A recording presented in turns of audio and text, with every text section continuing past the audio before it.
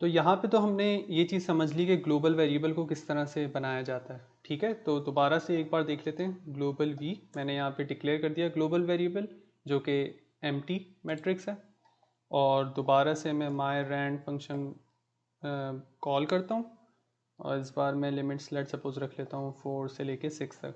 ठीक है, और v दोबारा चेक कर लेते हैं। तो देखें जो भी आपके पास रिजल्ट आया था, v एक्चुअली उसी का, इस अगर आप कमांड में देखें तो v एक्चुअली क्या है, स्टैक कॉलम है। ठीक है, एक कॉलम वेक्टर है, यानी जो भी आपका मैट्रिक्स है उसी को स्टैक अप कर दें तो आपके पास ये v कॉलम वेक्टर के तौर पे आ जाएगा।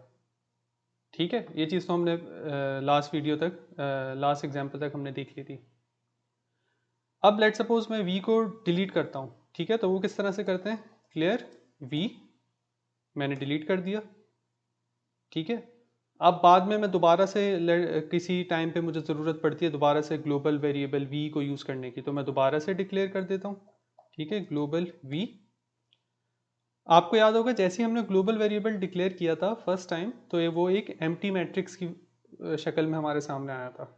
लेकिन अब अगर मैं करता हूँ तो अब आप देखें आपके पास ये एम्प्टी मैट्रिक्स नहीं आया, यानी इसकी ऑलरेडी कोई ना कोई वैल्यू एग्जिस्ट करती है। क्या वैल्यू है वो, दोबारा से देख लेते हैं। मैंने v को कॉल किया तो ये वैल्यू बिल्कुल वही वैल्यू है जो कि पहले थी। अब ये देखिए हुआ क्या है, यहाँ पे मैंने v को पिछली बार मैंने डिक्लेयर किया, यानी यहाँ पे मैंने डिक्लेयर किया, फंक्शन कॉल किया, v की वैल्यू चेक की, वो ये वैल्यू थी। फिर मैंने v को डिलीट कर दिया, दोबारा से डिक्लेयर किया, और जब मैंने बगैर फंक्शन को कॉल किए यानी कि दोबारा से v को चेक किया कि उसकी वैल्यू क्या है, कॉल किया तो सेम वही वैल्यू दोबारा आ गई, जबकि मैं इस कमांड में v को ख़त्म कर चुका था। तो इसका ये मतलब हुआ कि ये v इस तरह से डिलीट नहीं होता। वो वक्ती तौर पे आपको डिलीट हुआ हुआ नज़र आएगा, लेकिन वो कहीं ना कहीं पीछे स्टोर है मेमोरी में। उसको आप दोबारा डिक्लेयर करेंगे, वो दोबारा आपके सामने आ जाएगा और सेम वही वैल्यूज आ जाएंगी। अगर आप कोई भी ग्लोबल वेरिएबल परमानेंटली डिलीट करना चाहते हैं तो उसके लिए आपको क्लियर के बाद बताना पड़ेगा कि वो एक ग्लोबल वेरिएबल है। ठीक है, तो ग्लोबल और फिर v लिखेंगे। इस तरह से जाके अगर आप डिलीट करते हैं, ठीक है, ये डिलीट हो चुका है। अब दोबारा से मैं डिक्लेयर करता हूँ ग्लोबल v। अब आप यहाँ पे देखें क्या होता है। ठीक है, ये देखें अब ये दोबारा से एम्प्टी मैट्रिक्स की फॉर्म में आया। तो इस एग्जाम्पल को दिखाने का मतलब ये था कि जब कभी आप ग्लोबल वेरिएबल को डिक्लेयर करें और फिर आप चाहते हैं कि उसको परमानेंटली डिलीट कर दें, तो आपको ये कमांड यूज़ करनी पड़ेगी, यानी कि क्लियर के बाद आपको बताना भी पड़ेगा कि वो एक ग्लोबल वेरिएबल है।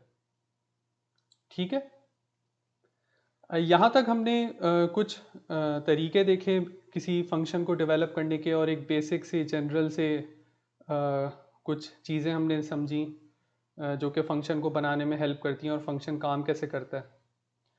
तो फंक्शन बनाने का जो सबसे बड़ा फ़ायदा है वो ये है कि रिपीटेबिलिटी, यानी कि अगर आपको एक ही काम बार बार करना है और आप नहीं चाहते कि आप हर बार उस काम को करने के लिए आप कोड्स लिखते रहें, तो आप क्या करते हैं, फंक्शन बना लेते हैं।